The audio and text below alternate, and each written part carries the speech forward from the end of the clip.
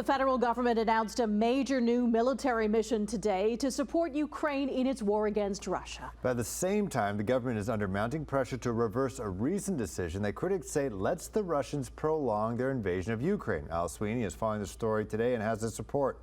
5 months after Russia's invasion began, the federal government is boosting its military support for Ukraine. We have now entered a new and very dangerous phase of this conflict, with Putin engaging in protracted attempts to inflict long-term damage on Ukraine and its people. Defense Minister Anita Anand says Canada is sending a new contingent of troops overseas. Up to 225 soldiers will ship out for a base in England starting next week, where their job will be to train recruits for the Ukrainian army. Training missions like this, assisting our allies and our partners when they are under attack, is what we do. It is one of the main purposes of the Canadian Armed Forces. Canada has already sent anti-tank weapons, artillery, grenades, guns, and drone camera equipment to Ukraine. It says 39 new Canadian-made armored personnel carriers will also be delivered starting in the coming weeks.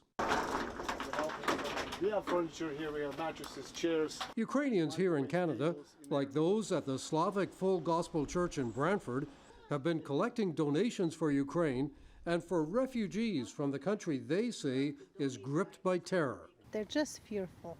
It's being fearful at all times because the sirens go off all the time. They don't know if they're going to wake up next morning. They welcome any help Canada can give Ukraine. We need to do everything possible. We need to do so much that they can win. We have to make sure they win the war. So that's, I believe this is whatever the government doing right now.